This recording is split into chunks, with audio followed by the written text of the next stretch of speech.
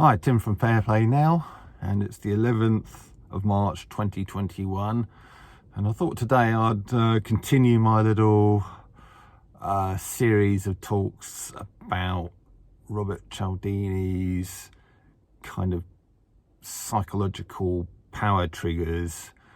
The last one I was talking about was authority. The next one that I'm going to talk about today is what he called social proof.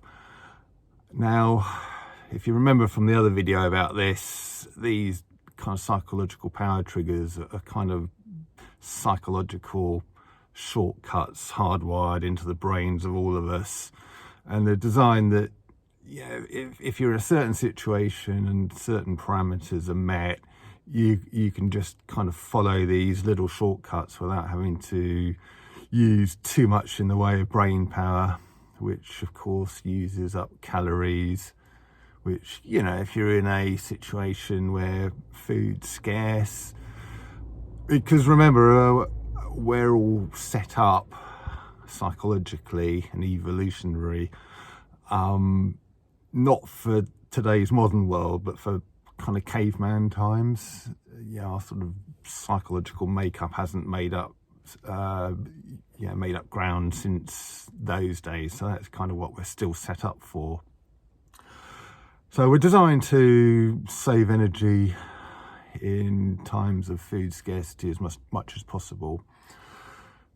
So one really big shortcut, of course, is that if you're in a group of people and several other people in that group have sort of found a certain course of action to be effective, you can then just follow that same course of action in expectation of getting the same sort of results that they did, because that is Robert Cialdini's social proofing shortcut. So it just means you don't have to think about something, well, yeah, they did it, it must work, so yeah, let's give it a go.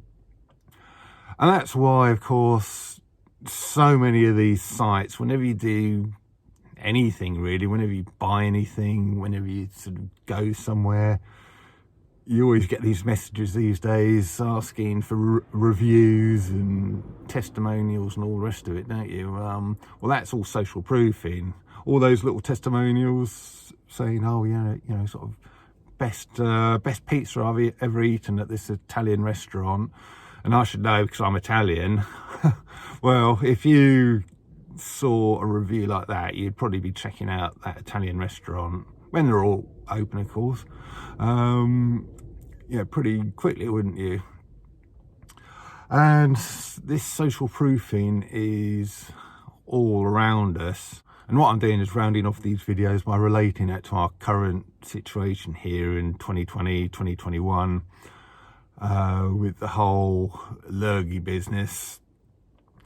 And I was speaking to my mum yesterday, and she told me that my brother is getting the big V, the cocktail, very, very shortly. I think sometime this week he's getting his first one. And why he sort of sees it necessary, because he's a very fit bloke and he goes out on sort of 5-mile runs all the time. I think he was saying he kind of went out for a 5-mile run every day in February and sort of ended up doing, I don't know, whatever that adds up to, 300 odd miles or whatever, and probably more than that.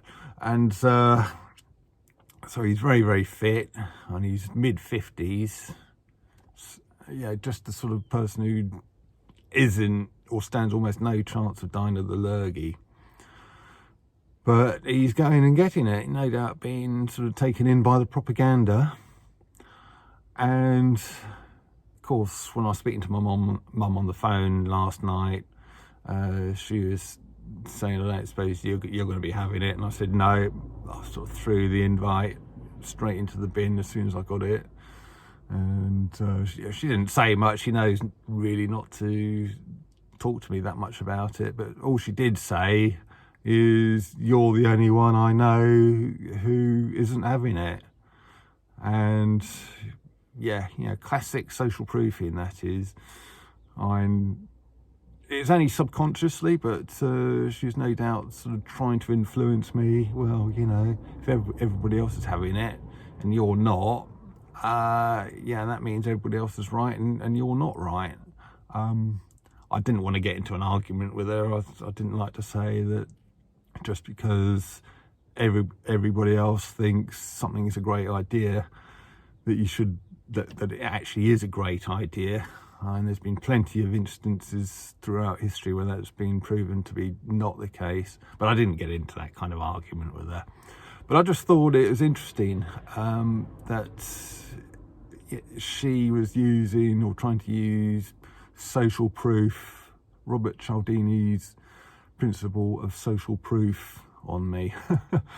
Didn't work, because I'm aware of social proofing, and that's kind of part of the reason why I'm trying to sort of teach you about this kind of thing, how to spot these psychological tricks when they're played on you, and how to sort of resist them, just by sort of knowing that just because everybody else is going along with something, it's not necessarily right.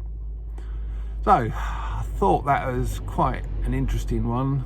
I sort of find these psychological things very, very kind of intriguing, and I like talking about them. So I hope you've enjoyed that. So it's Tim from Fair Play Now. Thanks for watching.